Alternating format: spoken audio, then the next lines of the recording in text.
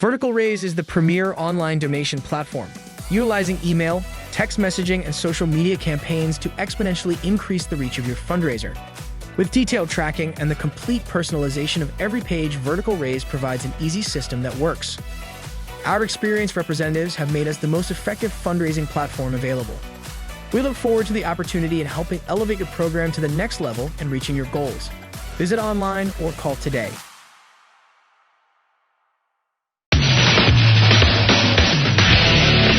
This is a QueenB Radio High School Sports Presentation.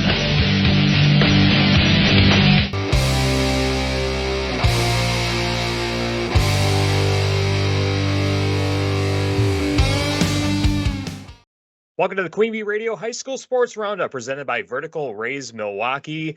It's after Thanksgiving, and we are fully into the winter sports season, and we are excited to bring you our first high school wrestling broadcasts coming up later on this week. We will have Cuba City, Benton, Southwestern at Lancaster on 97.7 Country WGLR and the QueenB Radio Sports YouTube channel on Thursday nights, and then on Friday, a big matchup, Prairie du Chien at Iowa Grand Highland, also on 97.7 Country WGLR, and we couldn't think of anyone better to help get us started with our wrestling preview than with our resident Wrestling Hall of Famer, Chuck Rasmussen. Chuck, good to see you. Good to be with you. Excited to be calling high school wrestling coming up later on this week. And the wrestling landscape looking a little bit different as we begin the 2023-2024 season. A number of coaching changes, but there are some significant wrestlers that are returning from our area that are previous state qualifiers and previous state champions. Before we go into the matches that we have coming up this week on QueenB Radio, what are some of the things that you kind of have your eye on as the season begins? Well, there's quite a few returning state qualifiers this year. You can start with that first. In Division III, we got 15 returning state qualifiers, including two state champions, Tristan Stelt from Fenimore and Evan Gratz from Fenimore, the heavyweight there. And in Division two, we've got three returning state qualifiers, and they're all from Dodgeville: Hawken Peterson, Charlie Might, and Reed Spurley. And not surprising, they're all ranked preseason-wise number one. And I have not seen, I don't think they've actually came out with the preseason rankings team-wise, but I'm going to guess in Division II, Prairie du Chien is going to be right up there again. They return a very strong team. And in Division III, I think you're going to see probably three area teams in the top 10, or it might be top 7 this year. They might be doing rankings. I got to think Fenimore will probably be the number one favorite again. And I tell you, keep an eye out as far as for Iowa Grand Highland. Mm-hmm. They've got a really, really nice team. And Mineral Point started off last night, Tuesday night, with wins over Cuba City and River Valley, and they're going to be right up there. But I think Division III in this area too. Darlington Blackhawks got a really nice crew, and a couple of the other teams. Riverdale's got some studs. Cuba City's improving as far as numbers. Basketball, I tell you, the numbers overall and in this area are really, really good. My quick count just the other night, I think there's 329 wrestlers on on the rosters for the SWC, SWAL teams, and kind of surprising too. Only 55 of those are seniors, so a pretty interesting, very young group. The seniors wise, Fenimore is going to have 11 seniors. So, we talked just a little bit ago about where their preseason is going to be. I know their focus is going to be on another state championship, and I think that if you have to put out some money right now, you have to put it on Fenimore. Yep, absolutely. That's been a program that's been dominant, especially over the last couple of years. And, with the wrestlers that they have coming back, certainly poised to be in position for that. And, the path for state does go through Fenimore. They do have the host site for the sectionals. So, yeah, absolutely. Well, you throw in there again, Iowa Grant and Aquinas. There's going to be three of probably the top 5 or 6 teams in the state right down here at that regional. Yep, and they're all bottlenecked in that one sectional, like you just said. That makes it's going to be a tougher path, but for Fenimore, they certainly look the part. very much last season, and with the wrestlers that they have coming back, repeat is definitely on their mind, and they seem to be poised to be that way as the season begins. We'll keep tabs on all of that throughout the season, but let's focus in now on the match that we have tomorrow night. Chuck, Cuba City, Benton Southwestern at Lancaster. As we mentioned earlier, Lancaster does have a coaching change. Tyson Wolf now the head coach of the Lancaster Flying Arrows. Some of the things that you kind of have your eye on as we lead into the first wrestling duel of the season. It should be an interesting one. I just kind of looking at what I predict might be the lineups for both of the teams here. And there's going to be, I think that Lancaster will have a full lineup tomorrow. Talking with some of the other ones too, that some of the people that are in the lineup are probably not necessarily ready for varsity. And I think it's going to show, but Lancaster's got a very young team. They will have 4 seniors. 2 of those seniors didn't wrestle last year. I believe that, they graduated Joe Esser and Bryce Golly, Ryan McCartney, and Paxton Hankey. And there's a lot of wins between that group there then too.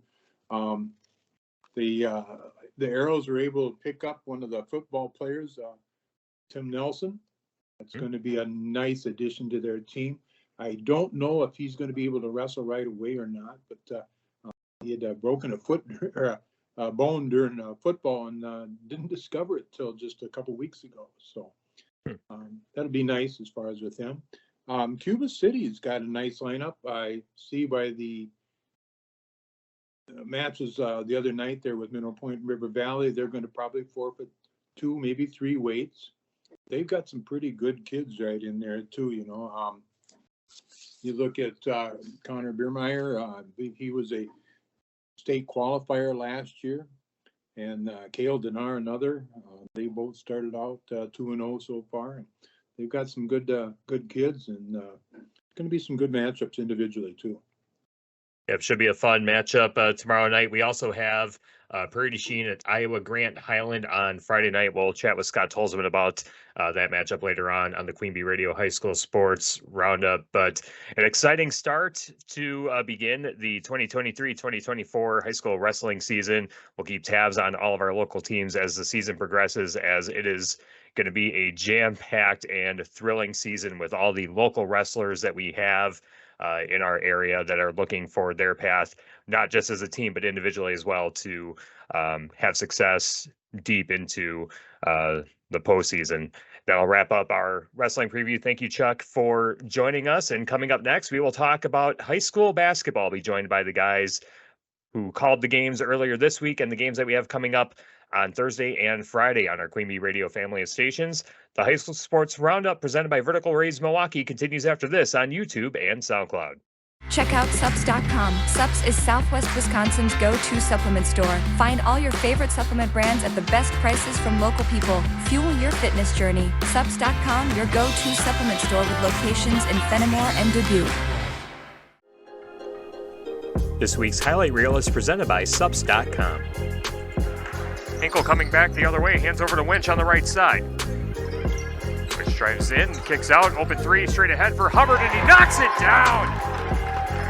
Now a lot pass down low to Matthew Nice. Nice kicks back out. Andrew Nice trying to spin his way in, puts it off the glass and gets it in. Ridge pushes it forward to Davis. Davis has it poked away momentarily, but Andrew Nice there to recover. Now Matthew Nice with it, driving baseline, off the glass and in. Well, pass gets into the left corner. Hubbard driving baseline, kicks out, open 3, left wing, got it. Nice shot by number 11, Isaac Hinkle. Rich gets the inbound pass in, and a 3-pointer straight ahead, and banking it in is number 2, Brady Bungie. Morgan to Clower. Back to Green. Green dribbles on the left corner, goes in the lane, shot put up, and that one rattles in. Overhead pass back to the top of the arc. Now swing pass to the high left side to Clower. Clower back to the top. Morgan, long range 3, knocks it down. Gonna lob it down low. Finds a teammate, open shot, and off the backboard and in for Annie Martin. Morgan gets it across center court, pushes over to the right side, 3-pointer on the way, gets it down. Does Emma Jensen. Redbirds come down with the rebound as Evenstad going to push it down the floor. 1:10 remaining. Dragging baseline. Shot goes in, and the bucket counts for number 13, Aubrey McCarthy. Staring down her defender, Nemitz. Now back over the right side. Three-pointer on the way, and a swish for Katie Hartwig. Hendrickson works his way over to Gratz. Gratz dribbling with the right hand, going baseline. Finds his teammate down low. McCarthy puts up the shot, gets the bucket, and the foul. McCarthy just checked back in. McCarthy dribbling with the left hand in the lane, puts up a shot, takes contact, foul, and the bucket. What a shot. To number 11, Taylor Williams again. Williams gives to Murphy, three-pointer on the way, knocks it down. Weaving his way into the left corner, now back to the top. Bungie gonna shoot the three, banks it in.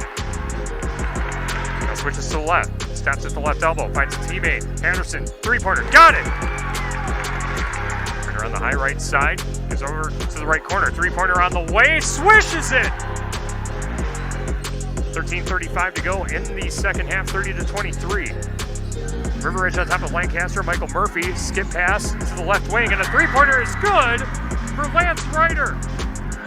Layup too strong out the backboard, Lancaster comes down with the rebound. Taylor Williams dribbles into the paint, loses the ball momentarily, but a cross-court pass to the right corner. Three-pointer for Ryder, knocks it down! Taylor Williams, met by Patterson in the left wing, decides to go in the paint. Open lane, scoop layup is good! Looking for point number 9. And free throw is spit back out. Michael Murphy gets the rebound for Lancaster. They get it across the floor, skip pass down low, gets the bucket and the foul! Dane Kaufman, a clutch Midwest One bank shot. A 4-point lead for Lancaster with 23 seconds left. Second free throw missed. River Ridge gets the rebound. Adrian, 3 seconds left. Gives to Nice, and he's fouled on the three. No time on the clock. But how much time is left? They will call the foul, and Matthew Nice will shoot three, down by 2. Matthew Nice will shoot the free throws. The foul was against Connor Raceback. That's his 4th personal. But Matthew Nice, with 3 free throws, down by 2. Misses the first.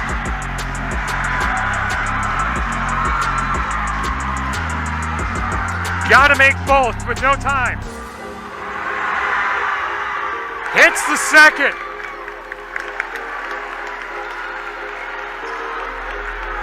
This is the ball game. Airballs it. Lancaster defeats River Ridge 47-46.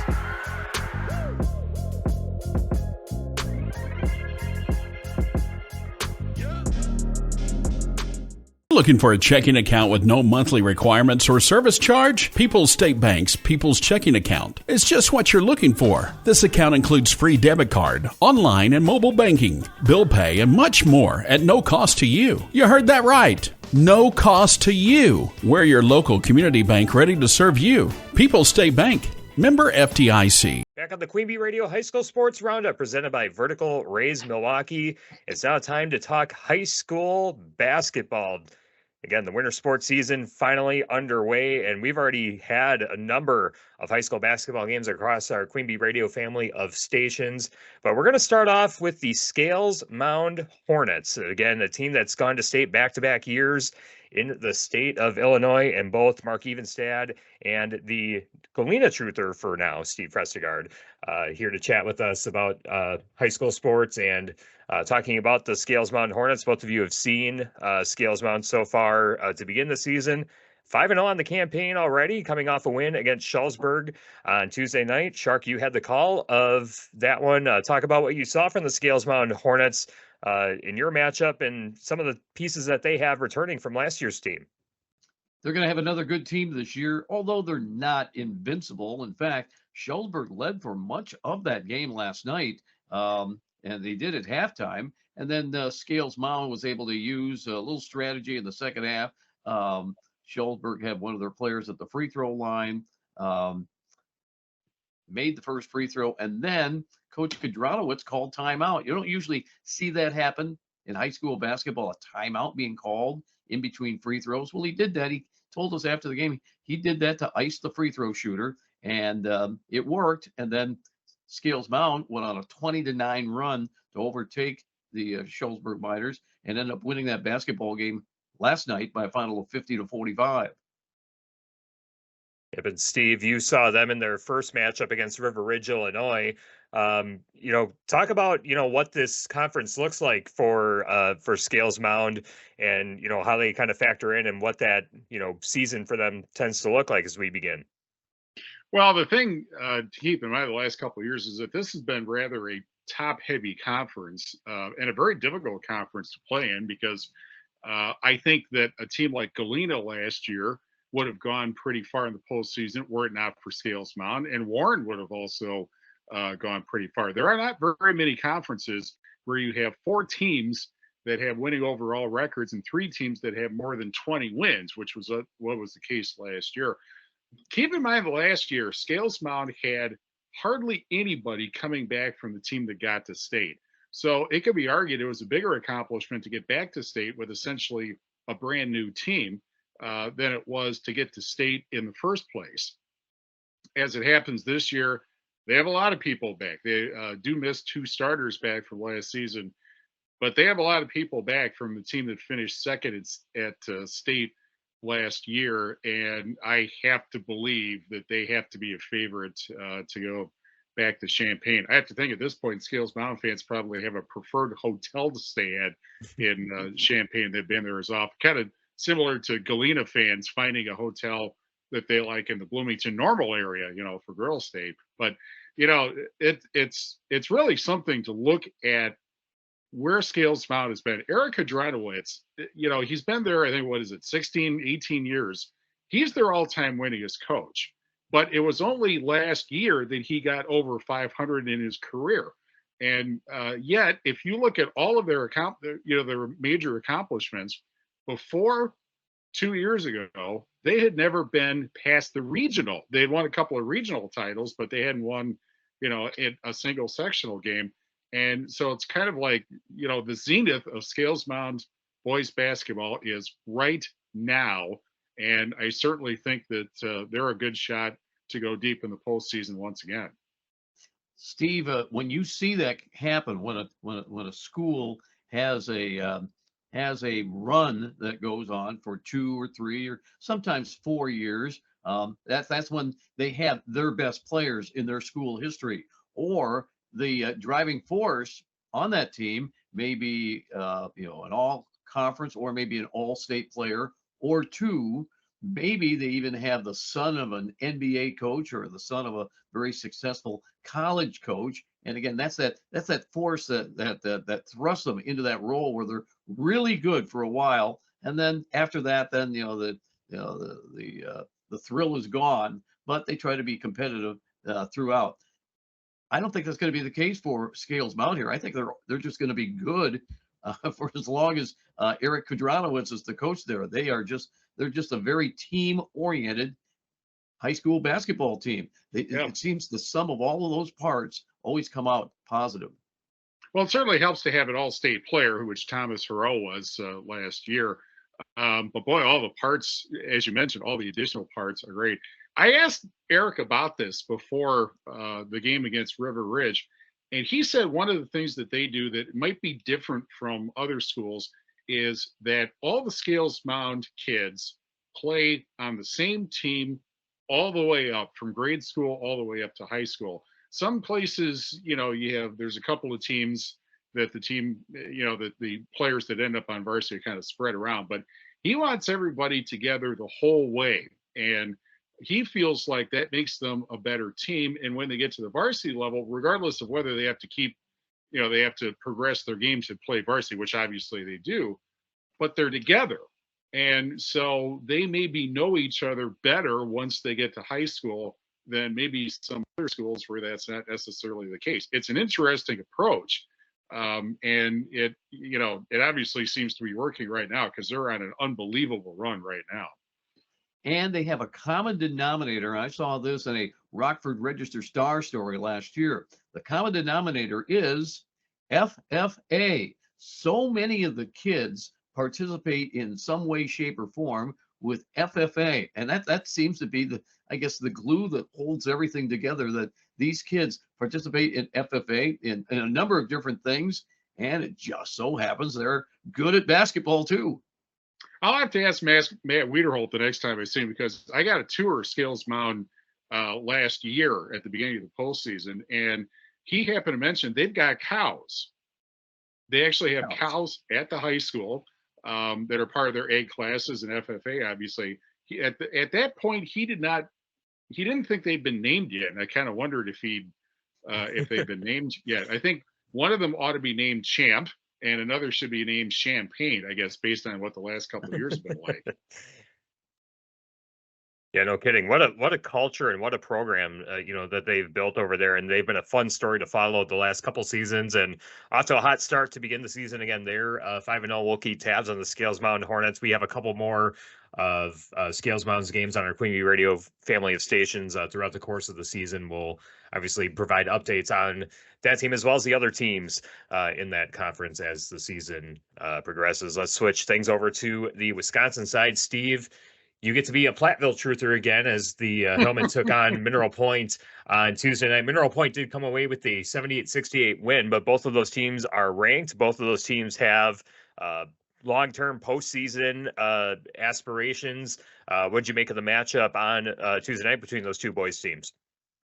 Well, I think it wasn't as close as kind of thought. In fact, it was a double-digit lead for Mineral Point through most of the second half.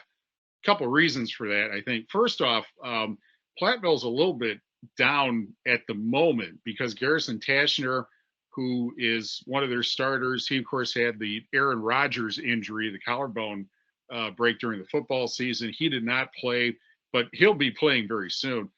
Zach McLean didn't play much either, and I think that could be a stamina issue because of course he had a broken jaw, and I was told lost a lot of weight. That caused him to miss the last part of the football season. So he's not quite 100% yet. And Mike Hoosier was a little concerned about players who were not on the varsity last year, who are now kind of part of the depth of the team, kind of getting used to that kind of role. As far as last night specifically, Mineral Point certainly did not look like they were playing their first game. They looked like a pretty well-oiled machine, I thought. Platteville's offense had ball handling issues, and I'm pretty sure, because Mike said at the beginning during the Raleigh Cheese pregame show that he felt they needed to dominate the boards. They did not do that. So those are a couple of things that Platteville has to work on. Keep in mind, however, Mineral Point's one of the best teams in the area. They're ranked either fourth or third, depending on what Division 4 poll you look at. Of course, it doesn't get any easier Thursday playing Darlington. So they could be 0-2 after this week, but still they're going to be the favorite to win the SWC based on how they did last year, tying for first, and the fact that they have so many people back. They just have to get it together, and I think they're certainly going to do that. Yeah, Mineral Point's an interesting team because the last two seasons, they didn't win the conference title, but they were the last SWAL team standing as they were able to get into the sectional round. They got to the sectional semifinal, but lost to Onalaska Lutheran in back-to-back years. So yeah, Mineral Point, definitely one of those teams. They've returned quite a few pieces from last year's team and seem to be in, pretty good shape. And Shark, you will have that Platteville-Darlington game on Thursday night. Some of the things that you're looking forward to seeing from Darlington as they take on the Hillmen on Thursday night. Yeah, I have yet to see either team so far this year, but they have the prospects of having very good years, especially for Darlington. And this is a good matchup. As far as non-conference matchups, they usually do meet early on in the season each and every year. And Darlington wants to see if they can be one of the challengers against Cuba City. So I think you've got a really good conference there with the SWAL, with the likes of Cuba City, the defending conference champion, along with Mineral Point and Darlington. And Darlington typically starts out just a little bit slow every year. And the reason being is so many of their athletes are playing so deep into the football playoffs that they have to nurse some injuries. And some of those injuries don't heal completely until maybe halfway through the season. So we'll see if that trend continues again this year. Let's see if Darlington can get off to a fast start and have a little bit better chance of supplanting Cuba City or Mineral Point for that top spot in the SWAL. They certainly have the personnel to do it. One of the things I think that is a common thing between Mineral Point and Darlington also that will cause everybody who plays them problems is to have at least one guy on that team who is tall, but he's also a very good athlete. He's basically a tall guard. And you look at Eli Lindsay for Mineral Point, you look at Will Murray for Darlington, and actually Murray's not the only guy in Darlington that fits that description. How would you like to be a typical guard, 5'10", 6 feet tall, and have to guard a 6'6" guy? Because that's what you get when you're trying to guard Murray, or Lindsay, and a 6'6" guy who can bang threes. He shot Eli Lindsay on Tuesday shot very well against Platteville, and he's going to be. Those two guys are a long ways for reasons that those two teams are going to be very difficult for anybody to beat.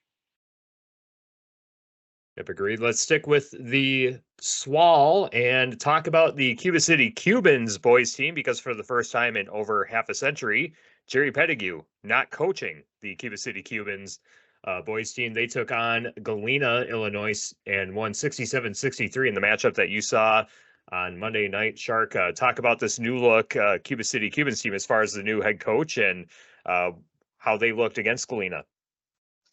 Cuba City wants to push the ball up the floor, so they want to play fast and eliminate any mistakes. And again, it was a first game of the season, so it wasn't without its mistakes. But boy, Cuba City certainly looked good getting that victory over Galena. By the way, Jerry Pettigrew was not there on Monday night. In fact, that's why he took the Galena job. It was offered to him, and he checked into the fact that it's a long, grueling season, and so he does not have to be at every practice. He doesn't have to be at every game. So that's why it made it very palatable for him to come out of retirement and be an assistant coach for Galena. And it seems like everybody's friends in the tri-state area and knows each other, and hey, they want to help each other whenever they can, and that's what Jerry's doing at Galena. And of course, now you got a new coach there for the first time in some 50 years, and that is Tanner Sheevy. And it was funny to catch up with him because I had not met him until Monday night, and it just dawned on me just a few coincidences. Like, for instance, I said to him, Tanner, it was 46 years ago this very month, I broadcast my very first basketball game. It was a UW Platteville basketball game against Loris, and it featured a player named Al Sheevy, his dad, and he contributed to the Pioneers that year. So in seeing that, wow, just look at those two worlds colliding. I meet his son. And also, of course, in Tanner's coaching history, he's been to places like Hilbert. He's been to Wapaka. He's, of course, was the coach at Reedsburg last year. And a funny thing is that he was an assistant coach at Wapaka right around a time when Ron Weber was their coach. Mm-hmm. Ron Weber is the brother of Bruce Weber, the former Illinois coach. And I got to know Ron Weber quite well in his years there. He always kind of struck me as more of a college coach. He had that Bo Ryan aura about him, and not too coincidentally, the two coaches have been, of course, very successful. So Tanner wants to see if that can rub off from his move from Reedsburg to coming to Cuba City. And I asked him, what prompted you to take this job? It really wasn't a secret that Jerry was stepping down. He announced back in February that he was stepping down, and he said that a lot of other coaching friends and relatives and so forth they recommended him. They say, hey, you should chase after that job. That's a plum job. That might just be an understatement to take that over. So we'll see what happens. It's a long season. We hope that Cuba City has found their guy and keep the tradition alive at Cuba City as being one of the best basketball programs in the state of Wisconsin. It's really crazy to contemplate. And Tyler, you're too young for this, but or I think you're too young for this. But the last time Cuba City, I'm too old, Steve. Well, yeah, here I'm going to say the last time that Cuba City changed basketball coaches before this year, Richard Nixon was president in his first term at office. So ponder that one. And the other thing, of course, you mentioned talking to the Suns. The other sign that you've been around a long time is when you're doing games that are involving the second or third generation of players. Of course, we've both covered Cassville games when Dennis Uppana was the coach. Well, his son Mike is the coach in Potosi, and his sons have been playing for Potosi. And of course, Mark Uppana was the girls' coach in Lancaster, and his daughter played for Lancaster. So, I mean, think of that. We're working on the third generation of players and coaches around here. That makes me feel very old for some reason. I wonder what the gas prices were like during that time frame that you mentioned, Steve, and if they are, as low as I think they are, I definitely welcome those back right now. 30 cents a gallon or so. Yeah, again, certainly significantly cheaper than what we have right now. But the Cuba City Cubans will be back in action again on Friday night. Shark Hill have that game against Belleville on Super Hits 106. Raleigh Cheese pregame 6:40, 7 o'clock tip. And I had the pleasure of calling two really crazy boys basketball games the last couple nights. We'll start off with the game on Monday night where the River Ridge Timberwolves fell to Lancaster 47-46. This was as bizarre of an ending as I could have seen. It wasn't an ending that I was expecting to see, because when you compare teams from last year to this year, obviously, there's graduation and things of that sort that kind of changed the complexity of teams. But River Ridge returned quite a few of their pieces from last year. They have both Nice brothers. Obviously, we know them through football, and they're, big presences on the River Ridge basketball team. But the Flying Arrows, they were 4-21 last year and already 2-0 on the season. They got a win against Barneveld in their season opener, and really tested River Ridge, especially in the second half. It was a, 2 to 3 possession, ball game for, most of the duration of the second half. And then River Ridge able to, get to within one. But it was really a couple bizarre events where Dane Kaufman gets fouled on a shot and extends the lead to 3 to get it to 6 seconds left in the game. He misses the and one free throw. And then Matthew Nice gets the ball, shoots a 3 from the left wing, but gets fouled.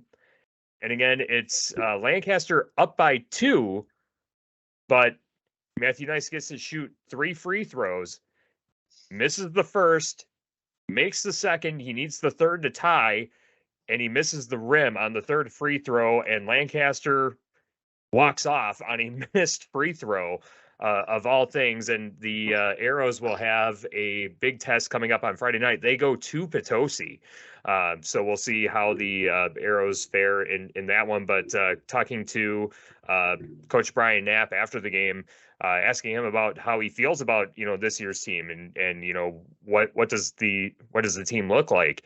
And he said that there's a confidence with this team that he hasn't seen from, some of the teams that he's had over the last couple of years. And I think that, the success that they've seen from football has carried over, to this team. And Steve, I'll kind of ask you, since you've seen a lot of the SWC, especially over the last couple of years, and have, kind of seen what the picture kind of looks like. Obviously, Platteville, probably the favorite, but Lancaster can certainly be a factor in the mix, because Dodgeville's, got a couple holes that they got to fill. It does seem like, the traditionally top teams, we don't really know exactly what's going to happen this year. Yeah. Dodgeville, in fact, has 4 holes to fill because they had 4 starters graduate, and actually they lost a couple of other guys that were part of their rotation beyond that. So now they do have a couple of people, or a few people actually, back. But that might be a team that doesn't get going perhaps until relatively later in the year, because you do have people, new people who are having to step up where the 4 starters were part of it last year. Yeah, the SWC is going to be kind of interesting outside of perhaps Platteville. And I was trying to figure this out. Who should be the favorite for second place? Just to be clear about this, Platteville's a favorite because they have 2 starters graduated, and they have, the best bench last year is back along with 3 starters. But, after that, it's an interesting question. And I got to think that actually Lancaster's got a decent chance to finish someplace higher than 5th place, which they did last year, because they really have nearly everybody back from last season. Especially Taylor Williams, who looked very good once he started at the end of last year. There's not, one of those like 6'5", 6'6" guys that coaches like to have, but they have a lot of guys who I think can put the ball in the basket. And, I think they played a lot of people last year, played a lot of people the year before also. And I kind of feel that confidence that Brian Knapp is talking about is probably based on experience, that they've done this sort of thing before. And, River Ridge being one of the better teams, certainly in the 6 Rivers West, be able to get that win, that's a big deal for Lancaster. So I got to believe that Lancaster's got a decent chance for an upper division finish, and maybe second place if everything goes out. I think probably Prairie du Chien might be the best shot for second, but they lost a fair amount to graduation last year, although they do have a lot back. Dodgeville, as we mentioned, there's about 3 teams, I think, Dodgeville, Prairie, and Lancaster, who have a decent chance of finishing in the first division, the top half of the conference.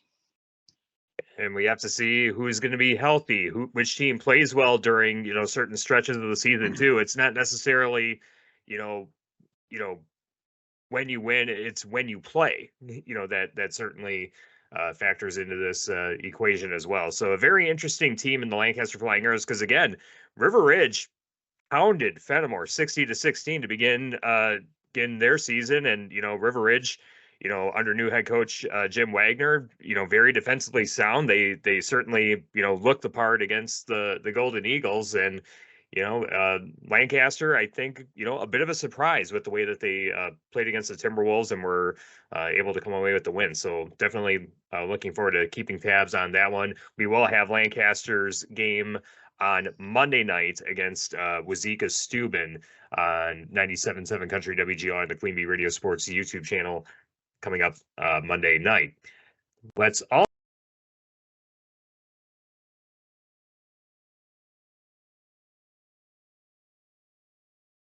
Grant and Rain Foes, the new head coach of Highland. And what was interesting about this game is that if you look at the first games of their respective seasons, Highland got a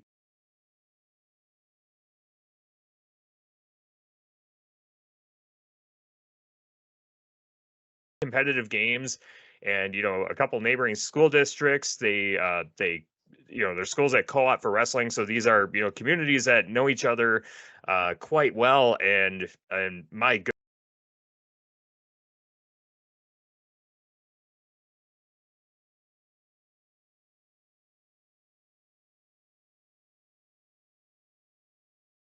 score hit a layup as time expired to force overtime. And it was, the first overtime period, back and forth, just 5 points scored by each team.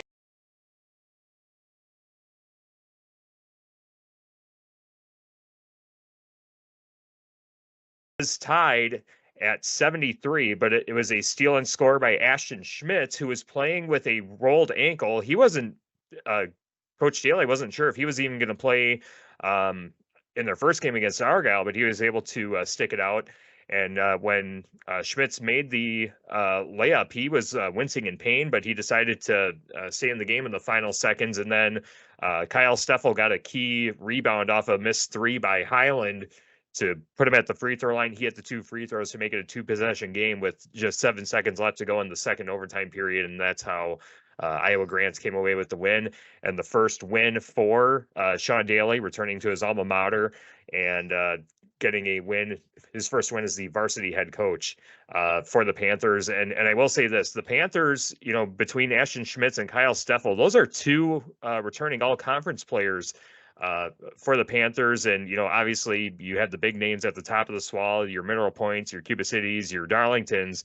But Iowa Grant, just with the pieces that they have, they can be a tough out for any of those SWAL teams on any given night. I think it just kind of depends on how those other role players can jump in and help make sure that those guys get their points and their production that they need. So I think the Panthers are going to be a very interesting piece of this equation.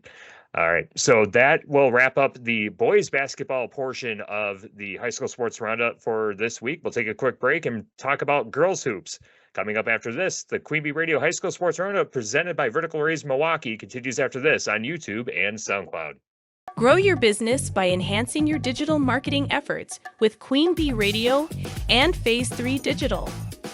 We provide customized solutions based on your business's unique needs, including targeted advertising, website development, and search engine optimization. Contact us at 608-349-2000 or visit p3da.com/Platteville to learn more. Back on the QueenB Radio High School Sports Roundup presented by Vertical Raise Milwaukee. I'm now joined by Scott Tolzman, who will have the pleasure of calling a big dual meet coming up on Friday night. Prairie du Chien at Iowa Grant Highland. That'll be on 97.7 Country WGLR. Raleigh Cheese pre-match set for 5:40, 6 o'clock for the first match. And Scott, 2 of the top programs in Southwest Wisconsin going head-to-head, 2 ranked programs at that. Both teams have produced some outstanding individual wrestlers and some big potential matchups, it seems like, between these 2 programs to get the high school wrestling season underway. Talk about this matchup. It's looking like on paper it's going to be a blockbuster matchup. Well, I think so. I mean, it's a Division II Prairie du Chien versus a Division III Iowa Grant Highland. Last year, Prairie du Chien ended up second in state in the team state, losing to Luxembourg Casco last year. And obviously Fenimore came out the other end in that area. But, Highland is a very much improved, or Iowa Grant Highland is a very much improved team. They have rebuilt themselves a little bit. And, when you look at their team, they're young, but a lot of experience and coming back. On the other hand, when you look at Prairie du Chien, they still have a good handful of wrestlers, but they did lose some good, outstanding wrestlers too to graduation. So it's going to be a match where I think it's going to come down to the younger kids not giving up pins and getting those surprise wins from the younger ones. That's really going to tell you who's going to win that match. So I got tentative lineups. I can start with Iowa Grant Highland first.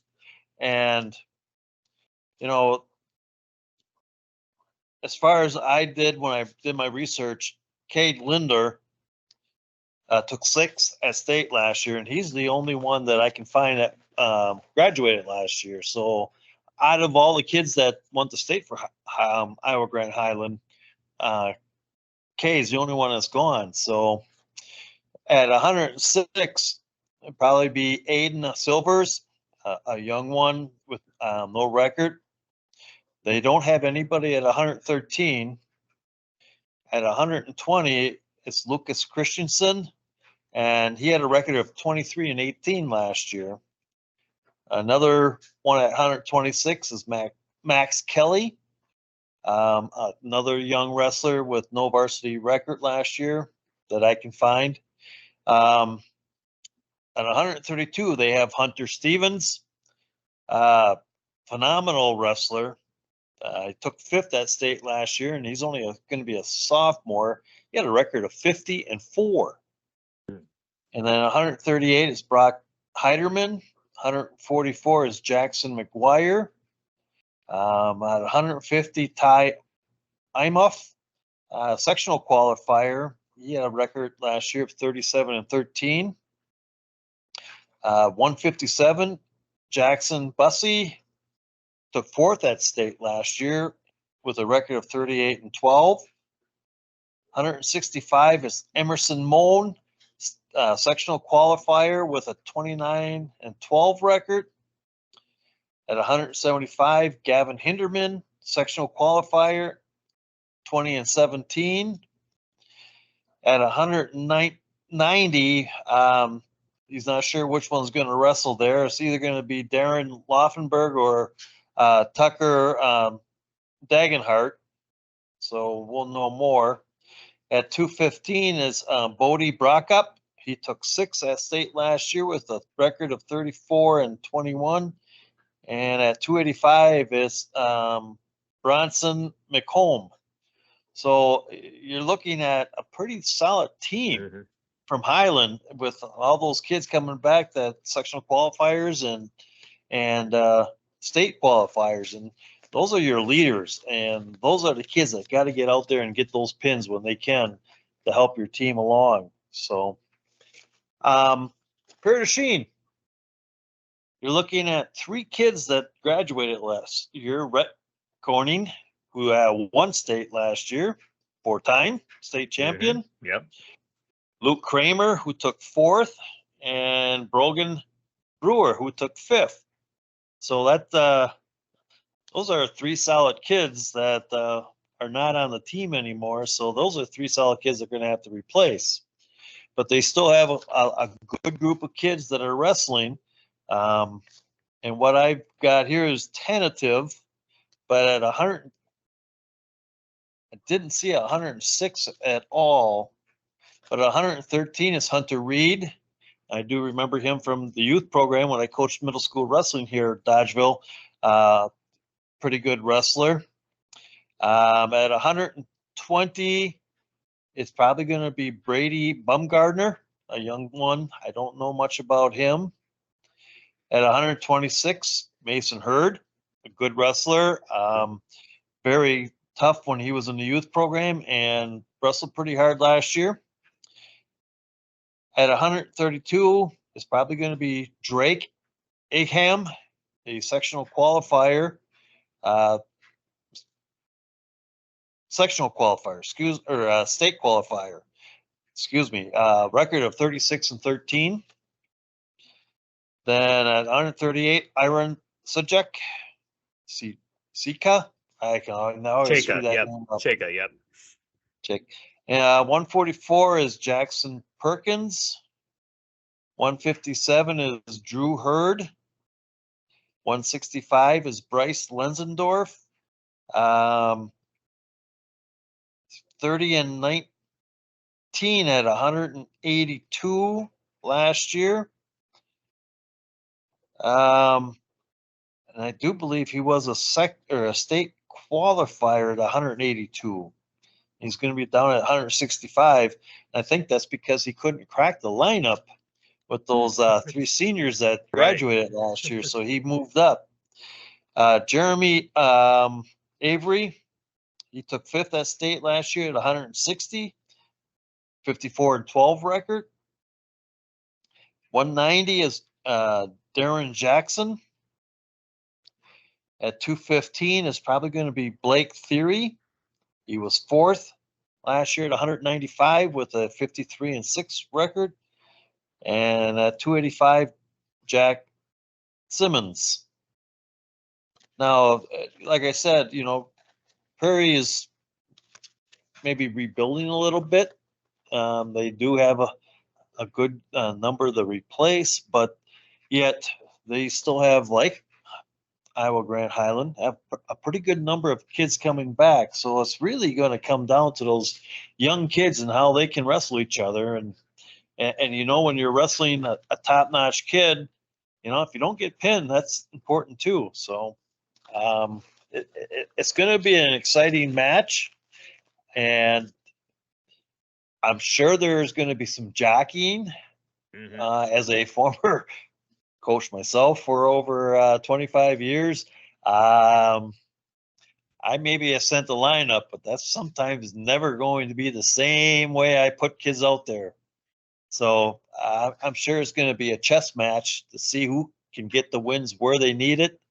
And if these coaches are anything like me, I usually sat down and figured out what each match would come out to.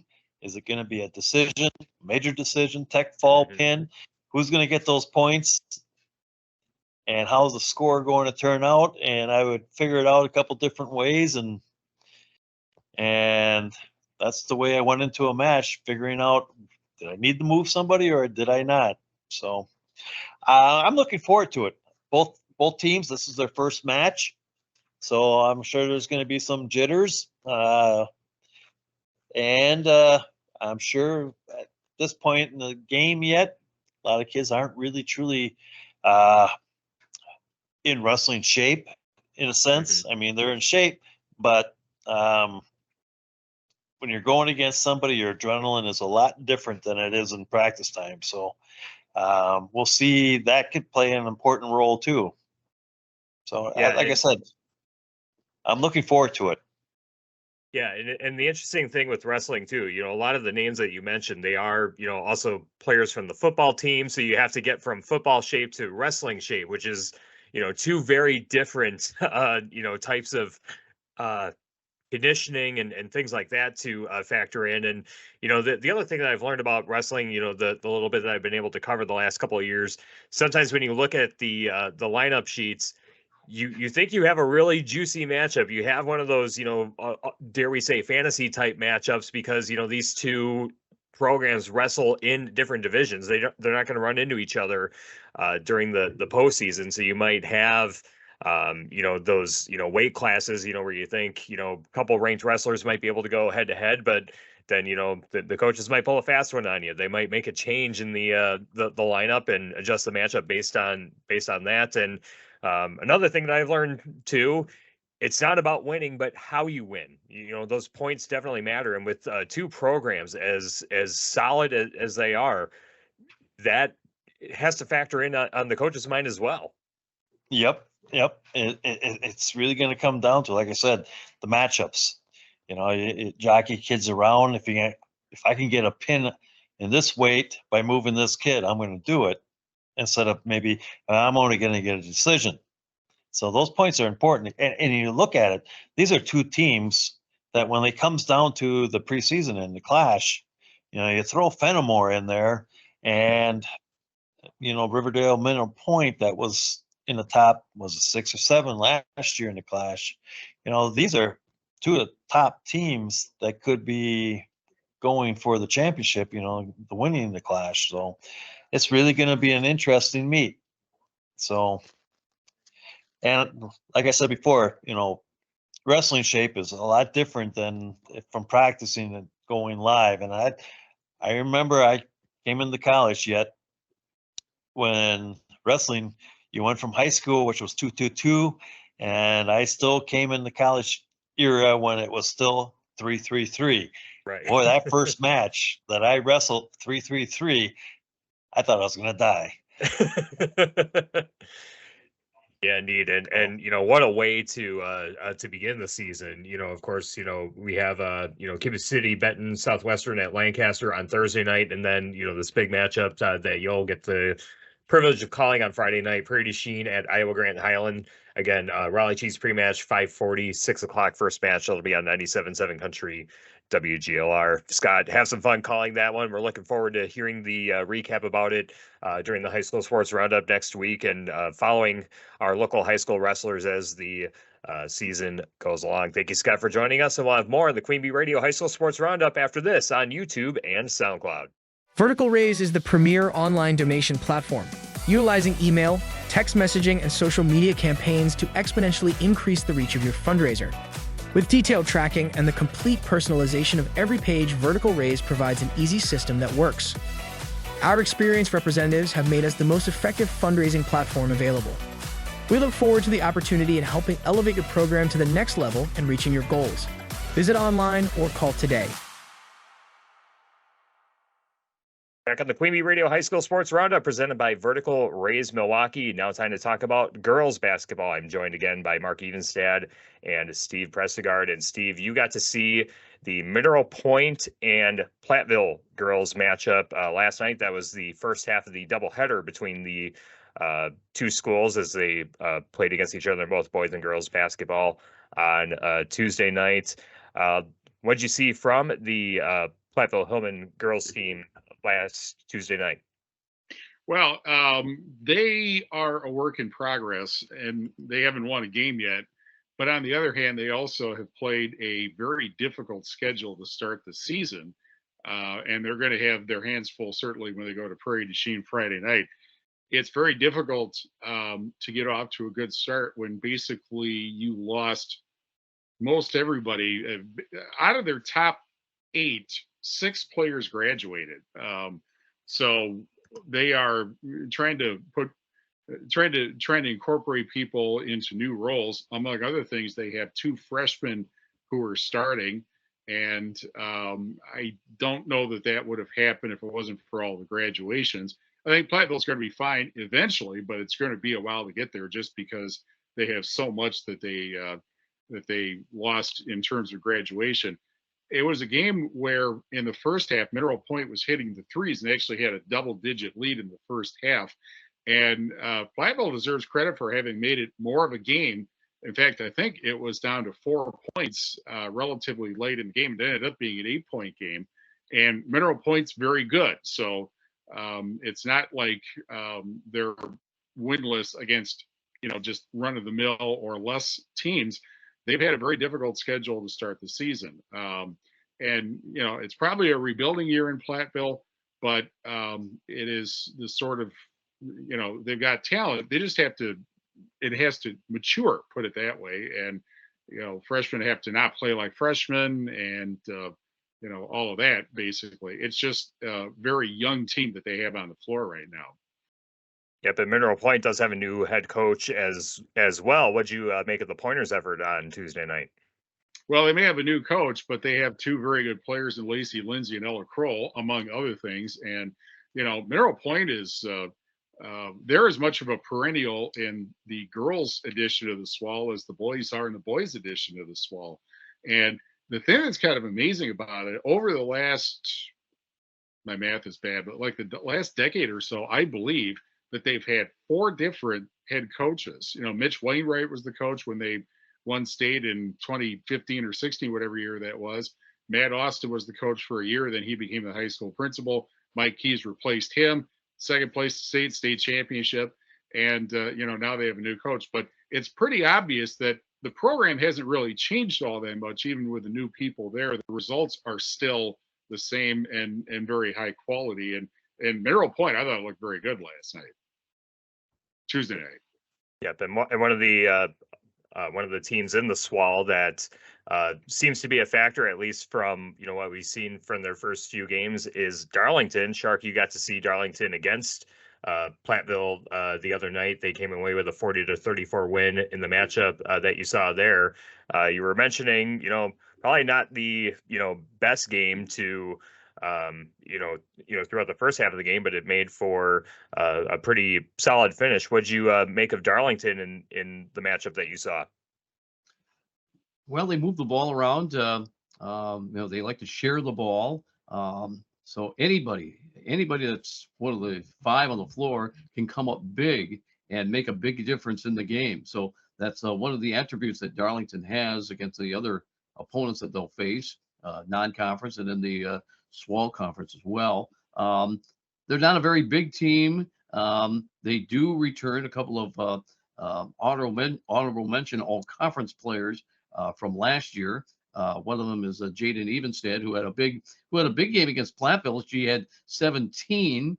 I had to ask her after the ball game, "Hey, is that a career high?" And she said, "No, I had 20 last year against Boscobel." So she she's tasted a little bit of success in that department as far as scoring. And well, they're going to need that to compete against the Cuba cities and the Mineral Points. They don't have a whole lot of size either, but again, they just have this, I don't know, they just have this toughness in them that kind of tells you that they are very confident that they are never out of any game at all times. So that's a good attribute to have at this point of the season.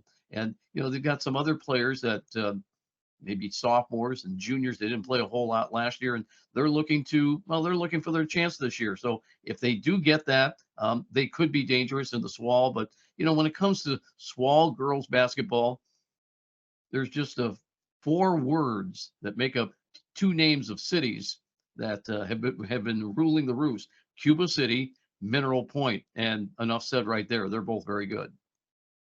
Yeah, they seem to be very good, but you know, Darlington seems to be, having some momentum to begin the season. I got to see their game against Lancaster on Monday night. Jaden Evenstad with 11 points in that game, but they were led in scoring by Aubrey McCarthy, who had a big game, especially down low. I know you mentioned, Shark, they're not necessarily the biggest team, but she was very effective down in the post, made some big free throws in that game as well. So Darlington off to a solid start, and we'll see how they factor into how the SWAL picture shakes out. I want to move on to one of the teams in the Six Rivers West. We saw Belmont the past 2 seasons advance into the sectional round, and they were a game away from going to state last year, falling to Blair Taylor in the sectional final. But right now, after Tuesday night, Belmont is 1-2, and Steve, we were just joking before we started recording. Yeah, they're 1-2, but the 2 losses were to 2 teams that didn't exist last year because of new co-ops, and 2 very good co-ops at that. And probably for a team like Belmont, you got to see their win against Fenimore. Fenimore, another one of those teams that returned some pieces from last year that that can certainly be a factor and play a picture in the SWAL. We'll start off first with Belmont as far as being 1-2, and then if you want to talk about Fenimore as well. What do you make of Belmont so far? I think it's simply a case of they do have some people they have to replace. Although they were a team last year that played 10 deep. They might have been actually the most deep girls team in this area.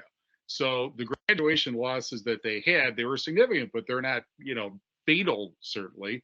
I just have to think that their present start is really more of anything due to the kind of schedule that they have. Fenimore, I think, is in position to improve this year when you have your 2 top scorers and rebounders back from last year, as they do in Brindley Nelson and Rose French. That's a good base to start from. They also have a freshman whose name escapes me. Brooklyn is her first name. She had a big game actually against Belmont in the second half of that game and led the comeback that the Golden Eagles had. But I think Belmont's going to be just fine. It's just a case that they have played, as it happens, Argyle, Pecatonica, and Albany Monticello are already top 10 teams in Division 5.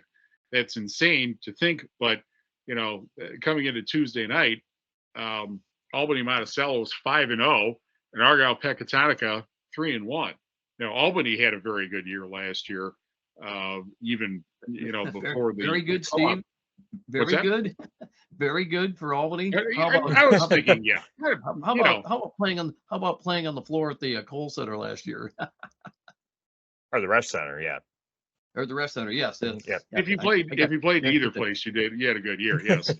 Yeah. Well, so Derek Dasher is one heck of a coach, and I gotta believe he'll just carry over all that success that they've had the last 2 years at Albany, and now extend that to Albany and Monticello and try to make that happen and make that trip once again to the Resch Center. I wouldn't be surprised. Well, and I think it's pretty obvious in both of those cases that those co-op teams did not form because the 2 schools were not competitive. The reason, it was simply a numbers issue with low enrollments at the 2 schools. So it is kind of interesting because Shark and I both remember the sort of controversial Benton Schulzberg girls basketball co-op of several years ago, which they also had low numbers. They got together. They were immediately successful. The unfortunate thing in their case is they kept running into either Barneveld or Blackhawk in the postseason. But certainly the start is quite notable, both for Albany Monticello and Argyle Pecatonica. Yep, indeed. And let's talk a little bit about, I just had it up. I want to talk about the matchup that we have coming up on Friday night. Lancaster against Dodgeville in girls hoops. That's the SWC opener. Lancaster 0-3, as we mentioned earlier. They lost to Darlington back on Monday night, 45-37. Their other losses, an overtime loss at Wazeeka Steuben, and then a 42-30 loss at Barneveld. But for Dodgeville, under a new head coach, Coach Hardiman, they're 3-0, and they've gotten some wins, as my schedule here has frozen. Here we go. Yep, their wins were against Blackhawk, Wisconsin Heights, and Evansville. As far as the SWC in girls hoops, Steve, I mean, Prairie du Chien has kind of been, the key front runner in that conference. What do you make of the SWC as a whole as we begin conference play? Well, to be perfectly blunt about it, I think it's Dodgeville's conference to lose because they hardly lost anybody to graduation last year. And so they've got a very loaded team. They've got the most loaded team, I think, of any other team in the SWC. Prairie du Chien has had a couple of terrific years, actually more than a couple terrific years, but they lost a lot to graduation. They still have several players back, but there's more that needs to be put together, I guess, in Prairie's case. And having said that, I believe they're undefeated right now. Dodgeville is also undefeated. But then after those two, Dodgeville and Prairie, again, it's a case of you kind of wonder, Platteville, I think, will be fine eventually, but they're going to take their lumps early. Lancaster lost a fair amount to graduation. River Valley lost a player who was 20 plus points per game and 17 rebounds a game. And Richland Center lost a fair amount to graduation as well. They had more players back, but that was from a team that won, 4 wins last year. But I got to believe it's Dodgeville's conference. They will be pushed by Prairie du Chien. And then after that, it's kind of hard to tell who's going to end up in third place. That's my look at it anyway. Yep, and you also have the call of Platteville at Prairie du Chien and girls hoops on Friday night on ESPN Radio, AM 1590, WPVL. Things you're looking for in that matchup?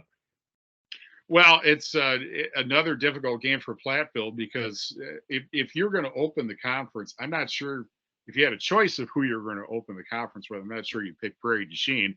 You probably wouldn't pick Dodgeville either, but Prairie du Chien they've done the best over the last few years.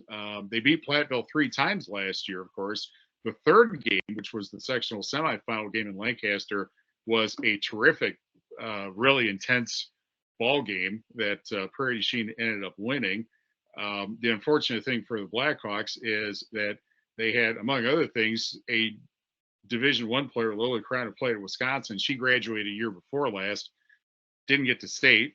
Last year's team was loaded, didn't get to state, and now they're somewhat rebuilding from that. But I have to think, A, being at home, and B, having more people coming back than Platteville does, they're certainly going to be favored Friday night. Platteville's just looking for a situation, I think, where they can play against a team that they have that is not as experienced as the teams that they've played, and somebody that they have a shot at to get that first win. You got to get over that first hump, and when you do that, I think things will follow after that. But they're just it's just a bad combination of an inexperienced team playing a difficult schedule.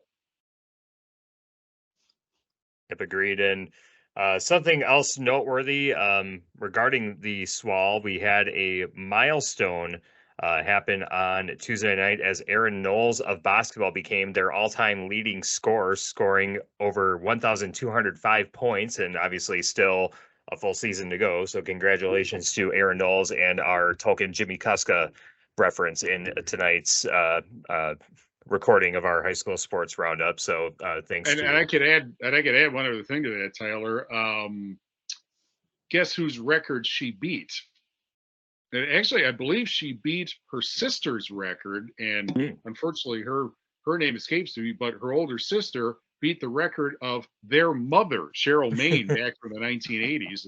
Do not ask me how I know all of that, because it's personal. But at any rate, it seems as though that scoring records stay in the Knowles family, basically, for girls basketball and basketball. Yep, and that's our trivia question that Steve was finally able to insert into our recording as well. So we'll take that, and yeah, now that we're officially into the winter sports season here, I'll just kind of ask each of you, whether it's boys or girls basketball, what's one of the storylines that you kind of have in the back of your mind, or things that you're looking for as we begin the season? I'll start with you, Steve. Well, part of it is, going down south of the state line is, and it's not that Galena's girls are a Cinderella story, they're really not, but, they've been to state twice in girls basketball. They're obviously favored to go back. Won't be easy for them, but because among other things, River Scales Mound is going to be a big challenge for them. But I think that's part of a storyline. Does Galena make it 3 in a row, especially considering that this group of girls has gone over the hump, that they have a state title to their credit now after having won the state volleyball championship a couple of weeks ago. So that's one. Scales Mountain boys, I think, are another. Can they make it a three-peat? It's funny to say that it's a Cinderella story. It is because of the size of the school, but you're talking about one of the smallest schools anywhere, basically, but they're third and second in the state in the past 2 years. That's not really a Cinderella recipe there, but that's one of the things I'm seeing is, are we going to have to figure out a way to get to Bloomington and Champaign to cover Galena and Scales Mountain this year? That's a couple of things I'm looking at. Yep, and Shark, something that you're looking for as our basketball seasons begin. Well, I'll be very interested in what is happening at Cuba City, both boys and girls. Girls basketball, Cuba City has been outstanding under Jason Derby. And keep in mind, they were just a made basket away from going to state last year. They were taking on La Crosse Aquinas, defending state champions, Macy Donarski. They were down by 2 with possession of the ball. They inbounded the ball, but a pass in the backcourt was off the mark. It was stolen by Donarski, and she scored at the buzzer to make it a 4-point difference at 67-63. Otherwise, I think the Cuba City Cubans probably would have made it to state last year. That would have been awesome if they had come down and hit a 3 to win that game last year. And I think what Jason Derby has done in a short period of time at Cuba City is just outstanding. He is a really, really good coach. He's going to be there for a long time. Now, another coach that wants to be there for a long time is going to be Tanner Sheevy in his first year. And it's not his first year coaching. He's had a couple of stops at Hilbert and Reedsburg over the years, but now he takes over for Jerry Pettigrew. And I'm reminded of a story by Jerry Mortimer, the one-time coach at the Blackhawk. He says, I remember my first game, and remember at Blackhawk, small gym, bleachers are right up against you, and he could hear people talking right before his first game, and one of them saying, who is this guy that we got? I've never heard of him. Is he any good? Are we going to get anywhere with this new guy? Never heard of him. Well, I think that when all is said and done, people will have heard of Tanner Sheevy and see what he does in the years after Jerry Pettigrew have retired. They do say, don't replace a legend. Never replace a legend unless you go through the Phil Bankston syndrome. And Bankston's sin was following Vince Lombardi. Ray Rhodes' sin was following Mike Holmgren. Don't replace a legend. Well, you're seeing that happen right now, but I think I just got this gut feeling that all's well that ends well over there. Well, one thing you have to, I would think, and I can't, I'll find out later when I do Cuba City basketball later this year, but I have to think that Tanner probably didn't change all that much because there wasn't much that needed to change, I would think. That's because, one thing that Jerry Pega was really good at was being flexible with the talent that he had. He didn't make, square pegs try to fit into round holes. I think we all remember when Cuba City went to state in '89 and won it in '91. They were a very half-court team. That is because they had Greg Timmerman, who was 6'10" tall. Well, 6 years after they win state, they go back to state and win it. They didn't have anybody who was taller than 6'2". So what was that team? That was very much run and shoot threes and press. And the cornerstone of the program, the things that you do that are givens regardless of what kind of style team you have, those are the obvious things. But the best coaches are not the coaches who say, this is the system, you will play this system regardless of whether the players can fit. It's the guys who are the coaches who are flexible enough that, we have this kind of team, therefore this is how we're going to play. And I have to think that Tanner looked at what was going on in Cuba City, the success they've had for so many years, thought, I don't think there's a whole lot that needs to change here. That'd be my guess anyway. Yeah, the two kind of storylines that I'm looking at are the SWAL for the boys because of how loaded that conference is. You have Darlington preseason number 1, Mineral Point preseason number 4. Those two are going to have some awesome matchups as the regular season comes along. And of course, Cuba City, going to be, a factor in that equation. And then also on the boys' side, what happens in the Six Rivers West, Potosi and River Ridge? Those two are also preseason ranked teams in Division 5. Although, again, River Ridge did fall to Lancaster earlier this week, so we'll see if they, stay in that, top 10 ranking. But with that said, I mean, it's still going to be a very competitive conference, and much like football, these are some very physical conferences.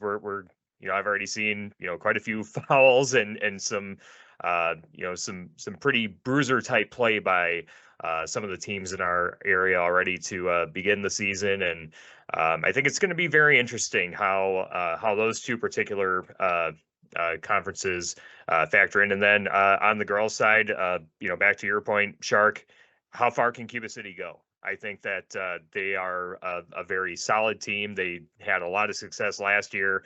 And, are they, on a path to make a run on the girls' side? And then, Belmont, yes, they lost a few players from that team, but, talking with Kaylee McGettigan throughout the season and during that postseason run, she had to rely on some girls on the bench to take on some playing time due to injuries and illness and things like that may end up being a blessing in disguise for them this year because of the experiences that that they had last year. So kind of interesting to see how those two teams in particular fare on the girls' side. So that will wrap things up for this week's edition of the QueenB Radio High School Sports Roundup. Thank you to Shark, Steve, Chuck Rasmussen, and Scott Tolzman for their insight as the winter sports season is officially underway. And we will have another edition next week of the QueenB Radio High School Sports Roundup here on YouTube and SoundCloud.